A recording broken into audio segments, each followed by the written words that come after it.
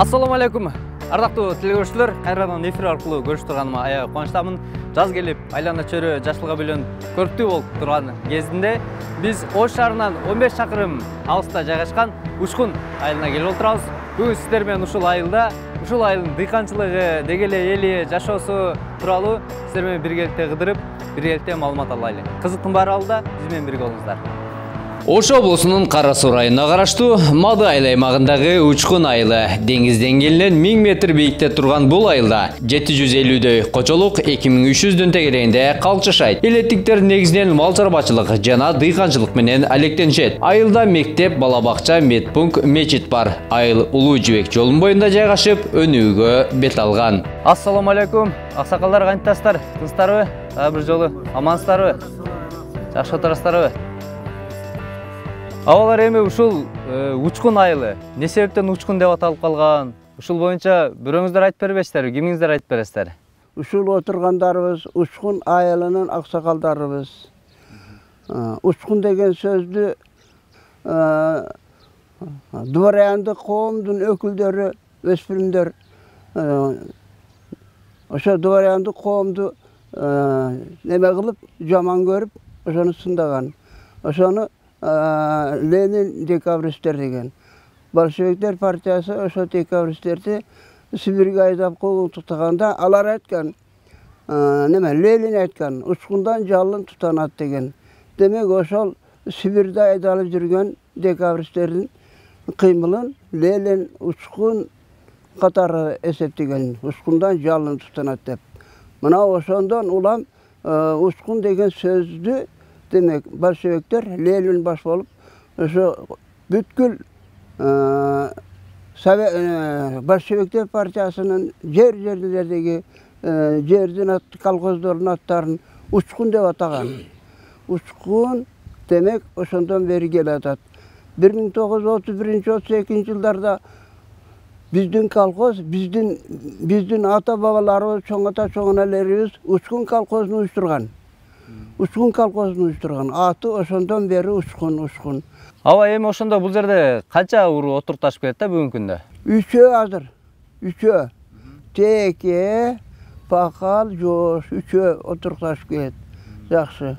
Элдин ынтымагы кандай аба? Эл иши мына биз ушул отурган улууларыбыз, жаштарыбыз элди тарбиялайт, журтту тарбиялайт. Балдарга насаат сөздөрүн айтып турат. Анан мектептин мугалимдери дагы ынтымак, достук, ырашкерлик боюнча мугалимдер айтып турат. Мага окшогон мен 40 жыл мугалим болгомун өзү. Ошо мен айтып турам дайыма эл ынтымак болсун, ырашкерлик болсун деп. Мен кичине чымыным бар эле.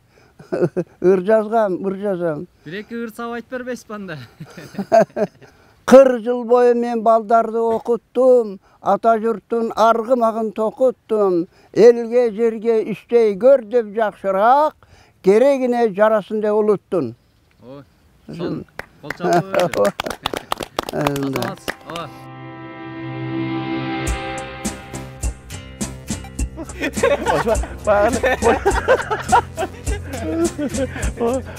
Ошон айтсаң, анан күлкүлүү болот экенде. Телегөрүүчүлөр, Учкун айылында ошол эң эле кадыр бартуу инсандардын бири Манас Кожомжаров агабыз. Мына ушул үйдө туулуп, ушул үйдө өскөн. Азыр агабыздын үйүнө келсек, үйүнө келген экен. Кантасың анан? Аллага шүгүр жакшы. Жүрөбүз. Бул ушу менин атамдын үйү. Кожомжаров Дыйканбай деп коебуз. Элде ушундай айтылат да. Анан апам, атам жерде мен мындайча айтканда мен чоңой өскөн үй. Айылда дагы үйүм бар да сыймыктанам. Өзүңөр билесиңер мен шаарда турам, шаарда иштейм. Элдин баары билсе керек, билбегендер үчүн айтып коеюн да. Осмуда сабак берем. Филармонияда ырдайм. Allah'ın berген ışı talanты менен бала чыккан багып дегендей.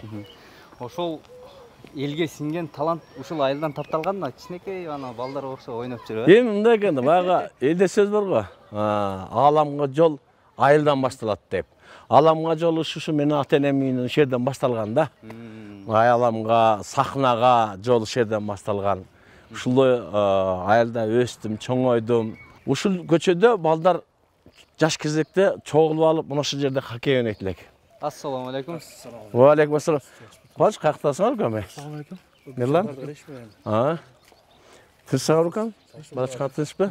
Акамдар үйлөр тынчпы, жеңемдер? Мен үйгө келдим эле силердин кабар алып коеюнчу орозоду деп. Орозоңор кабыл болсун. Мен аз өтөм го. Биз Элтерден келдик. Айыл тартып жүрөбүз. Ооба. Манас эке, бүгүнкү күндө сиз шаарда жашайсыз. Көп жылдан бери да. Ооба. Анан айыл менен шаардын салмактаганда кайсыны жогору коесуз? Ачык эле айтыңчы. Мен айылды бийик коем.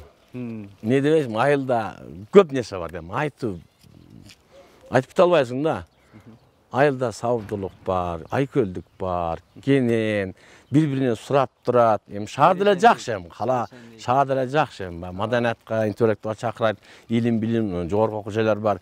А бирок эми баягы айылда чоңойгон адам, айылда өскөн адам айылды эле эңсее берет экенсиң. Айылга келсең мындай балалыгың айылда өскөндөн кийин шунчалык айылга денең тартып турат экен да. Мен ар 6-күнү апам менен атаман кабар алганга келип турат элем да. Ошондо ушу көчө менен келати, басып келати. Баягы балалык кезиң эстейт. Баары айылга тартып берет экен да, негедирчи. Балалыкты эстеп кичине кыңгыраттуу ырлардан ырдап коюшуңуз керек. Ырдап койбойсузбу анда? Баягы көлдөн бирөө ырдаган ошолор аябай мага жагат да. Кыштын узун түндөрүндө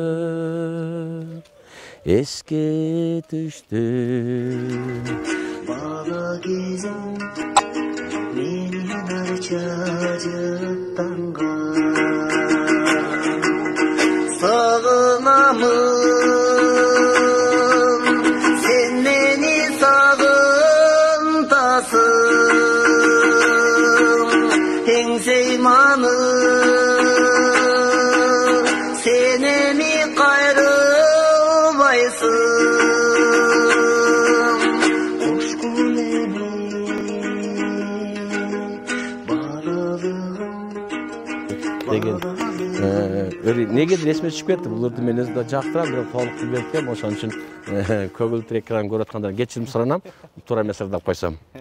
Эми була биздин көчө жөнүндө, айыл жөнүндө айта берсем көп. Эми айылда менден башка дагы чоң инсандар чыккан, азыр чыгып атышат. Врачы бар, милициясы бар, эл агартууга эмгек сиңиргендер бар, жазуучулар бар, усталар бар, улакчылар бар, эми бардык ырчылар бар. Анан мына көчөдө, көчөнүн башында мен Акбий деген абам бар эле, сыныкчы деп коет эле. Мен Айштан болот, мен Жусуп деген досумун атасы. Жусуп досум деген. Төлөмөйгө кандайсыз? Жакшысызбы? Ассаламу алейкум. Саламатсызбы? Кандай? Бала чака тынчпы? Дамды жүрөсүп иштегениз жакшыбы? Ынтымакта көрдүм. Рахмат. Капа болбоңа көзүмө тирсек чыгып атыр ошо. Ачыктап калды менен. Бул өзүнчө эле бул неме болуп кетиптир го, делебай болуп. Жибизде болуп алыпты. Ондай эмес, ондай. Мушу көчөдө да көбүнчө ырдап, клип тартылганда ушул акелеримден алам да. Көрдүм өткөндө жакшы. Өзүңүз тынчсызбы? Жеңемдер тынчпы? Саламатсызбы? Тынчпы? Бул кеңеш менин атамын акасынын баласы. Мына көчөдө биздин Кожомжаровдор турабыз көбүнчө.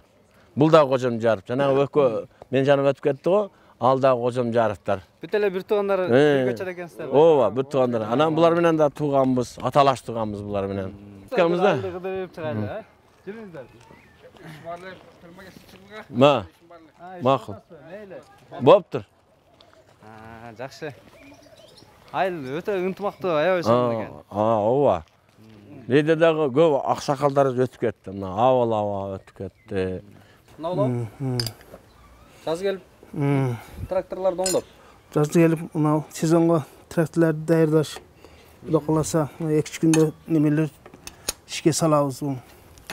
Бул эми кайсы жумушка түшөт бул эми? Бул эми пақтаға 60 сантиметр пақта, жүгеріге, да башқа немелерге не болады да.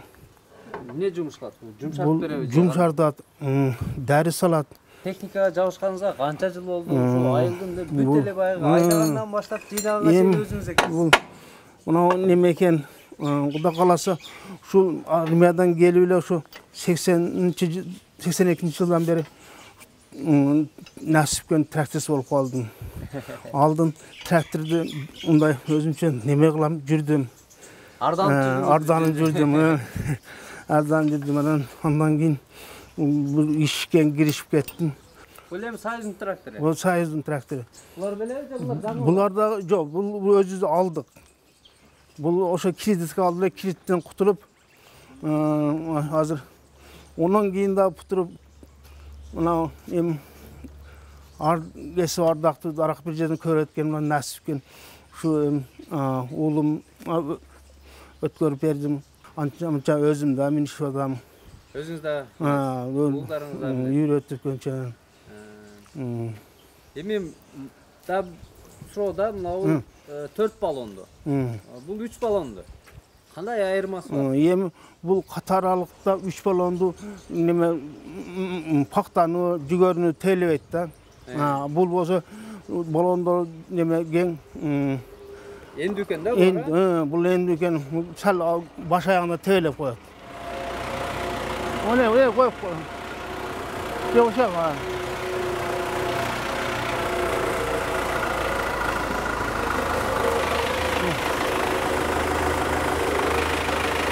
Дөңгөлөгү энди болот экен.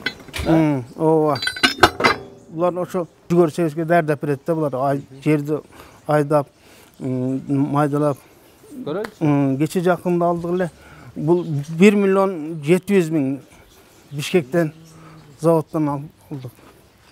Жанагы заманбап электропакет дегендер ушулар. Ошо. Кайсы бири жакшы экен эми биз оюнча бул иштеп турса бары жакшы. Бул эми бунун өзүнүн иши бар, онда иши, бунун бардын иши бар.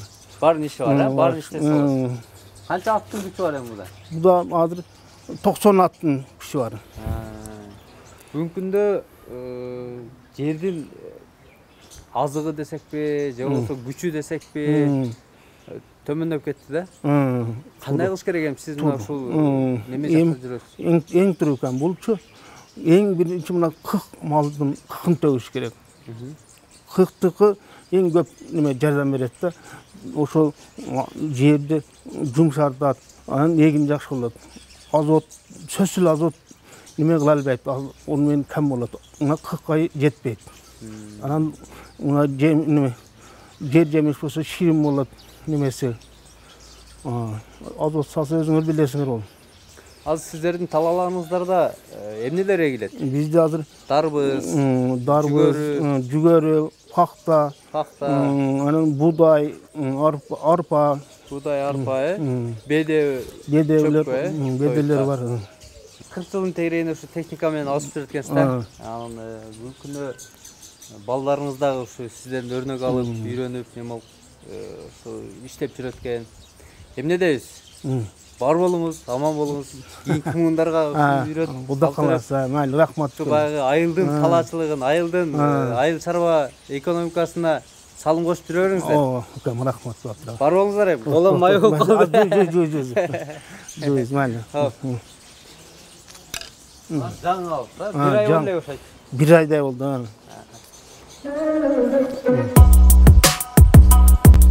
Учкун айылын элеп өтө мээнеткеч жана ынтымактуу негизги кирешеси дыйканчылык болгондуктан элетиктер дарбыз эгишип, батынан бышырууга аракеттенүүдө. Атыңыз ким эле? Мен атым Санабар. Учкун айыл. Ушул Учкун айылынын тургуну болом. Ушу жерге канча аянтка эктиңиз эми? 70 соток эктик азырынча. Анан июндун 10-дорундан дагы 40 соток эгебиз. Эрте анан кечки болобу? Эрте анан кечки болот. Азыр буну биз типа немеде Теплицада көчөт кылдык. Теплицада көчөт кылдык, 10 мартта эктик элек. Бандай немелер күнөсканада даярдадык дагы, 10 мартта эктик элек.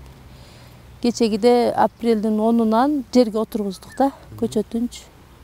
Бул эртерээк болот. Кайсы айларга болуп калат? Эртең июндун 15-теринен. Жакта кыздарыңыз жардам беришет экен да? Жардамчылар бар, 1-2 адамга болбойт да, жардам болуш керек. Сөзтең,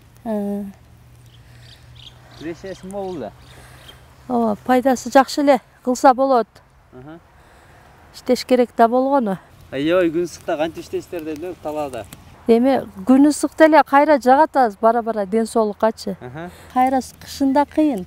Үшүп, ысыкта көнүп каласың талаада. Бирок ысыгы билинбейт, шамал болуп турат. Шамал болуп турат, Айылда көп эле эгишеби? Ооба, мына биздин ылдыйыбызда да бар. Анан биякта дагы бар, ана. Узактардабы? О, тегирмен өдөсүндө эгишти. Алар күнөскана кылбады, жөн эле урук эгишти. Ал чыга элек болуш керек. Же чыгып калды да. Уругун таштаган менен күнөскананын айырмасы кандай болот? Бул эртерээк жетилет экен да. Күнөскана дагы эртерээк болот экен. Уругун биз мына мисалы 1,5 айлык да, алардыкы дагы 1,5 айдан ушунча болот. Эми эгишти да.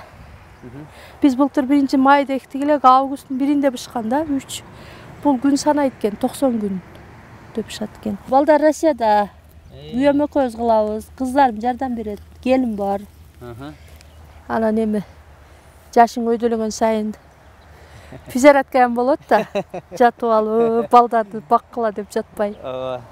Дыйкандын мээнети акталсын деп калабыз го. Бышканда келип жеп кеткиле, жолдун бою көрүнүп турат. Эстеп калдык, Улуу Жибек жолунун боюнда экен. Ушул жерге эле алып чыгып сатат болчу. Ушул жерге эле сатабыз, анан неме? Келгендерге беребиз, калганын алып чыгып сатабыз. Былтыр ушул жерде эле өттү, жакшы өтөт экен, жолдун бою экен. Анан свежий, нормальный, ширин болсо баары эле ала берет да. Химкат жебеген үчүн аябай ширин болду былтыр. Макул, аман болуңуз. Майли, рахмат. Береке берсин. Болуптур. Сиз дагы иштен койбойун, сөзгө алак сытып Сиздер да тынч болуңуздар. Болуптур.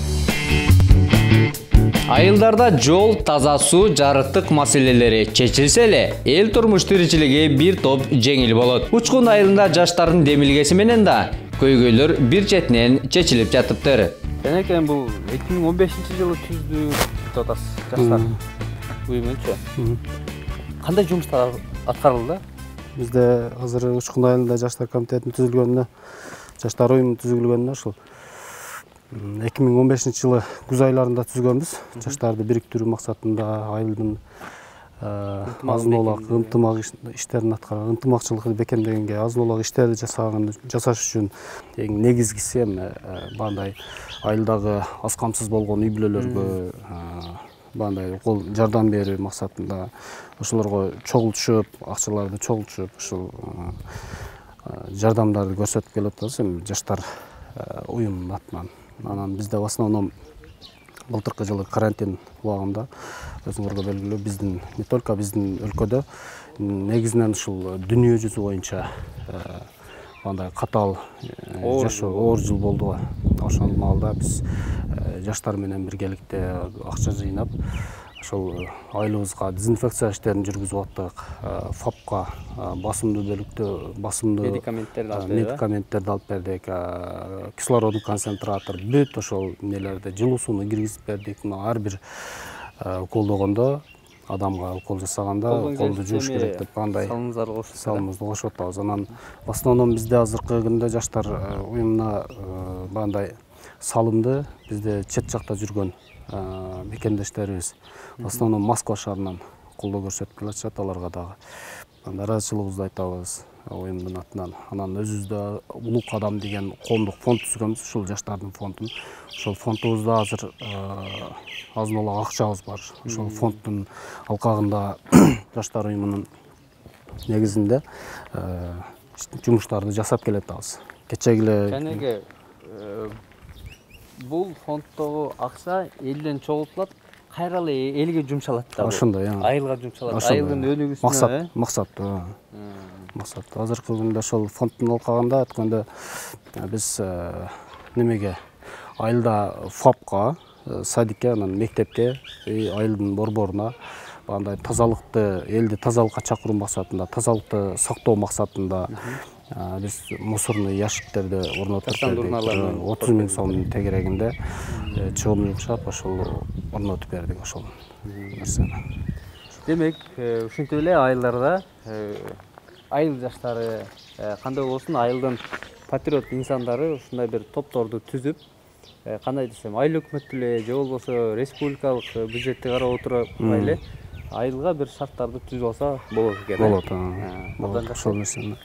Бандай уюм керек, ага аракет керек, алиге таштап койбош керек да бул нерсени. Колдоо керек, түшүнүү керек, Иш болгон жерде кемчилик болот дейт. Сөзсүз түрдө багы элдин кызматы да бул. Багы соопчулук үчүн деле ушул кызматты аркалап коюш керек. Бали, азаматсыздар. Макул. Ишиңерге ийгилик. Тынч болуңуздар. Куш келипсиздер биздин айылга. Рахмат.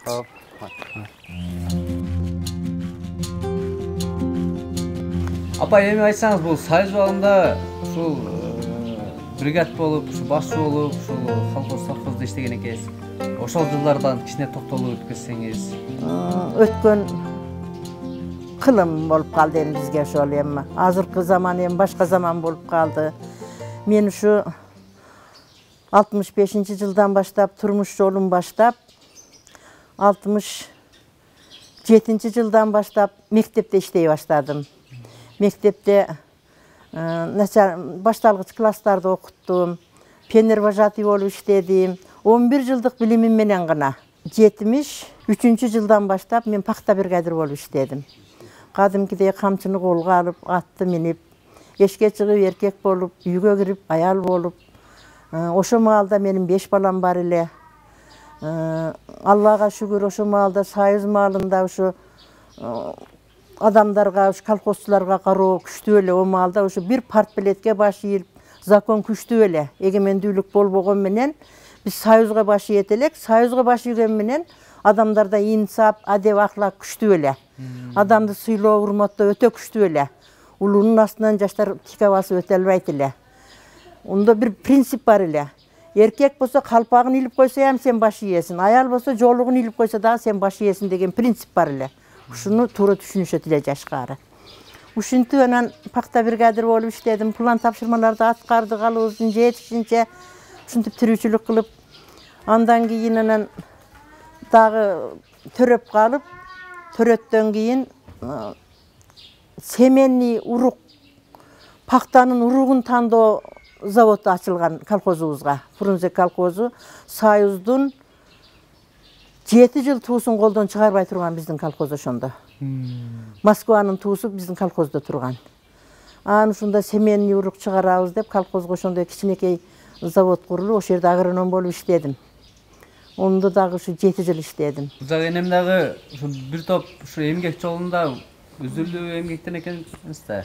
İşte bizim malımızda kıyınçılık ele. Ocağa tillik kılasılık. Gündüzü tan atkandan geçki talada yürüp, geç kurun gelip tillik kılasılık. Hazır cirgalli zaman o malda ötüyor biz kıyınçılık işleyip yürüdükten. Yani şu işleyen emgeğim şu bağlap, şu ököyüsten temlis bolup, işten kalbaytılık, şu tündep gündep işleydilikten. Ударник болуп иштеп жүрдү бул. Пахтаны көптерди, мына сыйлык коюлат эле. Күн түн ушу сыйлыкка жетемде уктоо жок иштешет эле пахта тергенде. Түндеп терет эле. Анан ошону кылат эле бул.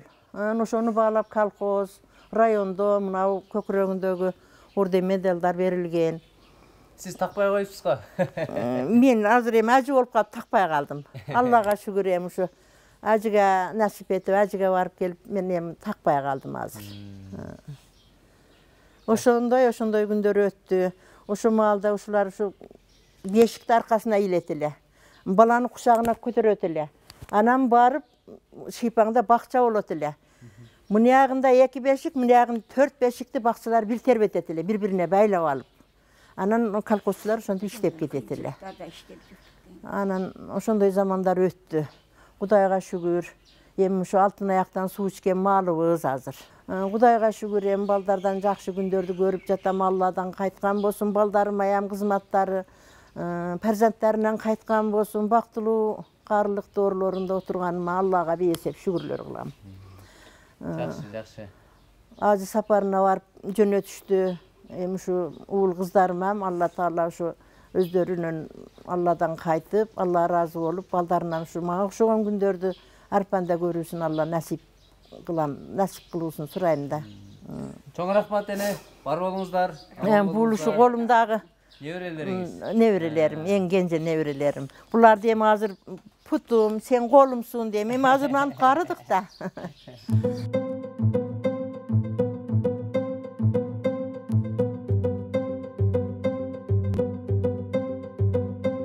Hurmat Bey, bu vaqtın ayantı qancha oldu? Vaqtın ayantı 1.20. Neler dekkensiz? Alma var. Göğünce zeberenk alma, andan keyin janat alma, andan keyin şabdolu, bir 10-15 qo'qon gilas var, 10-15 örük var. Andan keyin qaynolu var. Iki betinde qaynolu var bir 200 tüptöy. Бақты қарауды ең мәнелүүсү бутоо иштери да. Бутоо иштерин өзүңүз кыласызбы? Butoo işleri her yıldın yanvar ötüp fevralın 10-15'ine çeyin kırkılınat. Abreska dep koyat. Kızılkaya'dan gelip, üç korondan gelip kırık tazalap karışat. Yılına iki yoldan tagına değer verişet. Özüm daha karayım, günde gün az gelip özüm karayımın. Kurt kumurkasına, bayağı uğursuna 20 gün, 25 gün bir ayga jetkizbey ders çeşip duram. Ders çeşip duram. Geçe 2 gün oldu da uğursum kurt menen şiresine ders çeştim. Bunдағы жаш баланы қандай қараған болсаң, удум ошол акыбалда карайсың да. Демек, биздин ушул Кадамжай районунун тургундары менен ушу бакчылык боюнча тажрыйба алмашып турат экенсиздер да? Алмашып турам. Жылда ошолор келет, февралдын 10-15-ине чейин. Келип өздөрү обрезка кылып, тазалап, карап кетет. Суу маселеси кандай? Суу маселеси Кудайга шүгүр агып турат. Судан эч кандай муктаж жок. Эми кандай десем, бак менен эле алек болосузбу же башка жумуштарды да кыласызбы? Ушул караганым ушул бак бир 9 жылдай сарптадым өмүрүмдө. Эми Аллага шүгүр, эми мөмөсүн берип атат. Мөмөсүн берсе, бала бакча деген бар, кабы камбагал деген бар, ушуларга бир үшүрүн чыгарып берип турам. Ушунузда айылдын имамы экенсиз, Ушунун айылында бир 11 жылдан бери имамдык кыламын. Алдын жетишинче, күчтүн жетишинче иштеп атабыз. Элге насаатын жеткизип атабыз, шариаттын жолун жеткизип атабыз. Бул шариатта айтат го. Көп айтылат да бул маселелерде.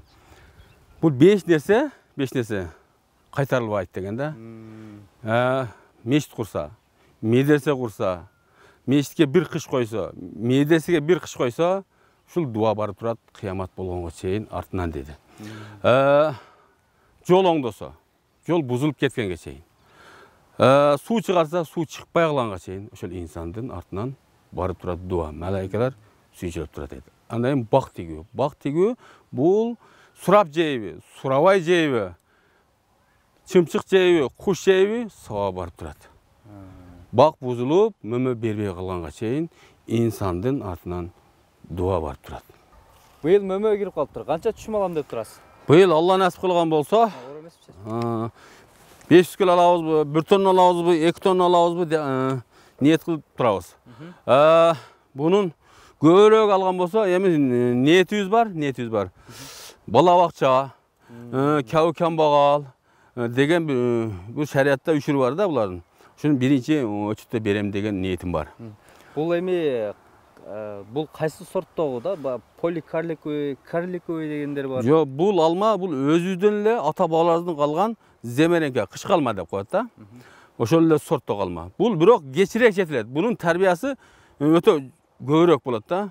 Азыркы карликовый алма 1-2 жылдар алып атат го. Бул 18-10 жылга барып, анан кийин өзүнө келет да. Бирок кубаттуу болот.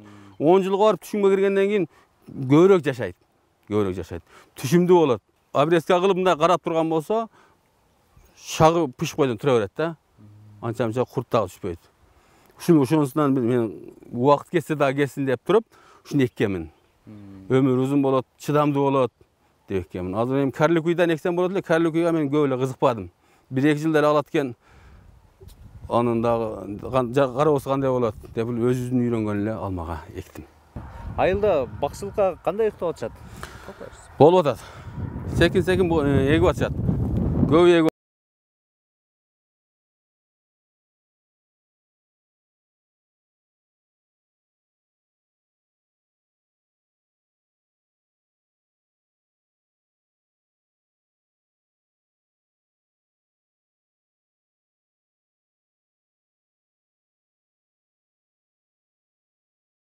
Эмгектенип келет. 40 жылга жакын деп коер эл, 40 жылдын тегерегинде деп койсок деле болот. Апабыз бүгүнкү күндө билим берүүнүн мыктысын төш белгисинин ээси. Эжеке деп айтайын, эжеке, бүгүнкү күндө ушул балдардын билим сапатын дагы да жогорулатууда кандай иштерди алып барыш керек дейм да? Балдардын билим сапатын жогорулатуу боюнча биз Учкун орто мектеби ошо энелер мектебин уюштуруп атабыз. Капыр Мадаминова агайдын бир канча эмгектери менен таанышып, ошол балдарды тарбиялоодо кандай иштерди алып барсак деген максатта иштер жүрүп жатат. Жаш энелерди балдарды тарбиялоодогу жол жоболору менен тааныштырып, балдарга кандай үйдө тарбия берсе болот, билим сапатын кандай кылып жогорулатса болот, ушулар жөнүндө кеңири иш-чаралар жүргүзүлүп атат. Эжеке, ушул жерде апаларды, энелерди окутуп атып жатпайсызбы? Ушундо ата-энелер кандай кабыл алып атышат да? Биздин мектепте энелер мектебинин 1-группасы окуп бүтүшүп, сертификат менен ээ болушту. Буга биздин быйылкы директорубуз Гүлайым эжекенин эмгеги зор деп басым жасап кетем. Көбүнчө жаш энелер менен иштөөнүн азыр 2-3 группалары окуп жатышат. Алардын ушу балдарды тарбиялоодо билинбеген менен мындай окуп келгенде сырлары өтө көп дешет да. Кандай китептерди окуп, китеп конкурстары болот. Ошодо энелер, жаш энелер айтып калышат. Баланы тарбиялоо оңой эле тура болсо керек. Кадимки үйдө эле жөн эле тарбия берип койсок болот деген ойдо ойлошот да. Бирок кеңешип, отуруп, сүйлөшүп келгенде бул тарбиялоонун сыры өтө көп. Ошолор жөнүндө маалымат алып, бара-бара энелер мектепке тартылуусу көбөйүп атат. Өзүңүздүн бир жетишкендиктериңиз менен бир бөлүшүп кетпейсизби? Мен ушул 37 жыл эмгектендим. Эмгектенгенимде ушул эмгегим жерде калбады деп ойлойм. Мектептен, районулордон бир канча грамоталарды алдым. 2008 жылы ошол мактоо грамотасы менен сыйландым министерствонун. Анан 2010 жылы ошол эл агартын мыктысы деген төш белгиге ээ болдум. Бул менин эмгегим жерде калбаганын билишти, мындай баалашты деп ойлоп келем. Аны артка кылчайганымда окуучуларымдын ийгилиги ушу коомдогу орду менен сыймыктанам. Чоң бир сыймыгыңыз бул эми? Чоң сыймыгым. Ошо балдардын канчалык ийгилик жаратып, турмуштагы орду жогорулап турса, баам салып, ошодо да бир кандайдыр менин үлүшүм бар деп сезем да. Балдар менен сыймыктанып кубанам. Ошо менин эмгегим текке кеткен жок, Учкун айылына азыр көптүр кызмат кылдым деп ойлойм. Бүгүнкү күндө мектепте бүт эле шарттар түзүлгөн, эжеке? Мектепте шарттар жакшы эле түзүлгөн. Дагы изденип көптөгөн шарттарды түзсөк, ушул балдардын билим сапатын көтөрсөк деген максатыбыз бар. Абдан жакшы. Мынакей, жана дагы айткан болчумун, үйдө жөп-жөнөкөй кожойке, эжеке мектепте ушул мугалимдерге билим тарбия берип, бүгүнкү күндө үзүлүү эмгектенип келатат. Бул жакта да борсук келип калдык окшойт. Бали дейбиз, эжеке. Мына ушундай келечек муунун ээлерине мыкты тарбия берип жүрө бериңиз. Анан азыркы окуп жаткан окуучулар, көрүп жаткан окуучуларга эмне деп айтат деңиз да? Телевидение аркылуу бир кайрылуу жасап койбойсузбу жалпы? Мен ушу көрүп жаткан окуучуларыма, жалпы эле жаштарга, кыргыз элине күйгөн, ыймандуу жаштардан болгула дейм. Анан жалпы окуучуларым, мен силер менен сыймыктанам. Окуткан окуучуларымдын ар биринен орду бар. Коомдо орду бар. Кыргыз элине кызмат кылган, медицина тармагында, билим берүү тармагында окуучуларым жаркылдап иштеп жатса, мен ошолорго кубанам. Окуучуларым менин сыймыгым деп билем. Анан дагы ошол учкун айылына жаштарга билим берип, эмгектенсем дейм. Абдан сонун мына ушундай эжекенин дем күчү дагы да сон. Эмне дейбиз? Биз баралы, бизге уруксат бериңиз эми. Ишиңизге ийгилик. Чоң рахмат балдар, ушул азыр көптүр менин эмгегимди бөлүшкөнү келгениңер үчүн силерге чоң рахмат. Ар дайым бир ушул коомдогу инсандын жакшылыгын жарыя кылган жакшы жигиттерден болгула. Рахмат, чоң рахмат. Чоң рахмат. Күйүп кетесиң, карап коебуз.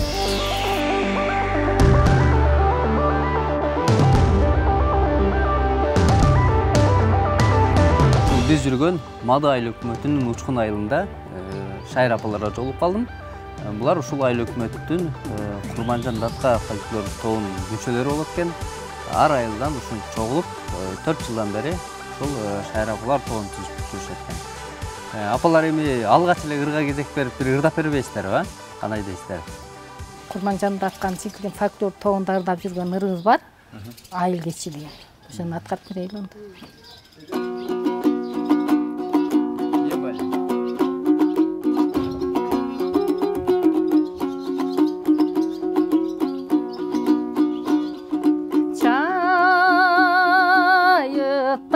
Kirsiz eşeri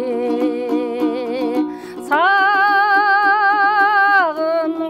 ailesteri köngülden ketpey çirkin ay ey ayıldın salkını geçteri köngülden ketpey çirkin ay ey ayıldın salkını geçteri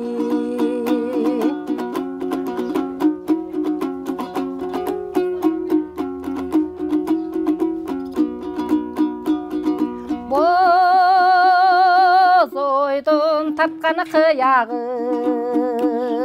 süyüsün aytası yağı Jürek kınalsa ey jas selki anı kıyabı Jürek kınalsa ey jas selki anı kıyabı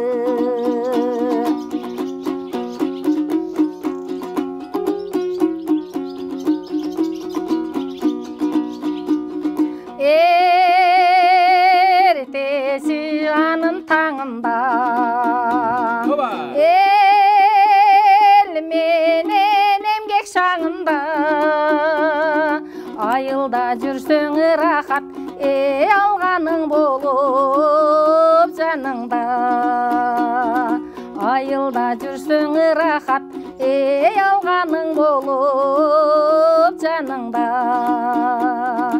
Ayılda жүрсөң rahat Ey alğanın bolup canыңda Бали. Сонун ырдайт турбайсыздарбы апалар?